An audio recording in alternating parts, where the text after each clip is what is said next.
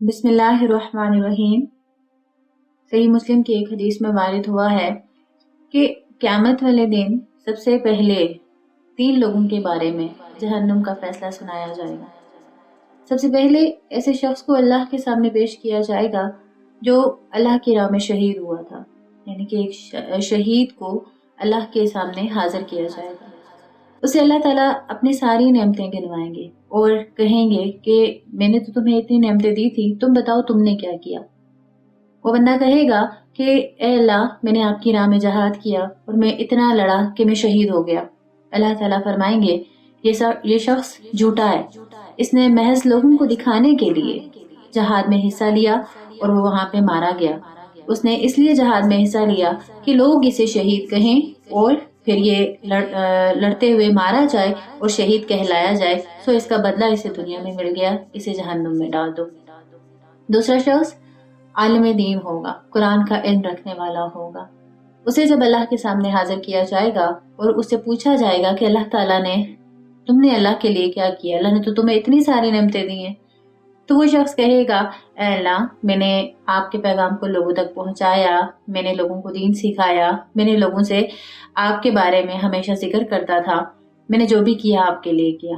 اللہ تعالیٰ فرمائیں گے یہ شخص جھوٹا ہے، تم نے محض لوگوں کو دکھانے کے لیے، یہ کہلوانے کے لیے کہ لوگ تمہیں عالم دین کریں، کہیں لوگ تمہاری واہ واہ کریں، دنیا میں تمہارا نام ہو، تم نے یہ سب محض اس لیے کیا، تو پھر اسے بھی جہنم میں ڈال دیا جائے گا۔ پھر ایک تیسرے شخص کو حاضر کیا جائے گا جو بہت سخی ہوگا۔ اللہ تعالیٰ اسے فرمائیں گے کہ بتا تو نے میرے لیے کیا کیا۔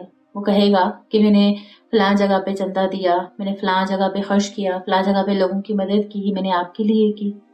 اللہ تعالیٰ فرمائیں گے یہ شخص جھوٹ بولتا ہے اور اس نے محض لوگوں میں سخی کہلوانے کے لیے، اپنا نام اونچا کرنے کے لیے خرچ کیا ہے، اسے بھی جہنم میں ڈال دیا جائے۔ نعوذ باللہ۔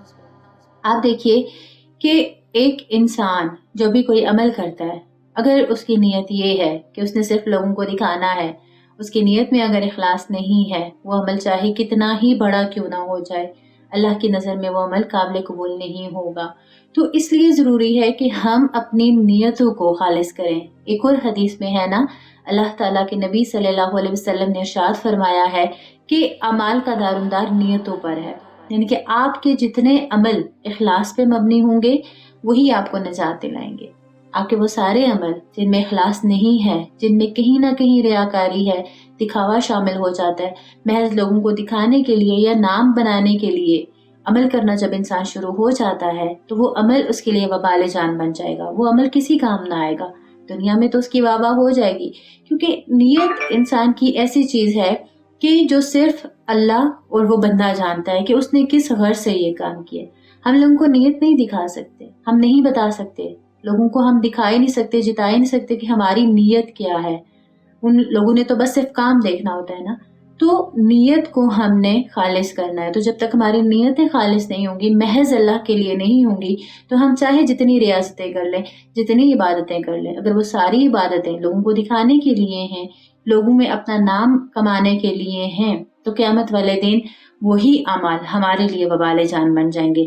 اللہ پاک ہمیں ایسے تمام اعمال سے محفوظ رکھے جو قیامت میں ہمیں شرمندگی کا باعث بنے۔ آمین برحمتک یا ارحم الراحمین۔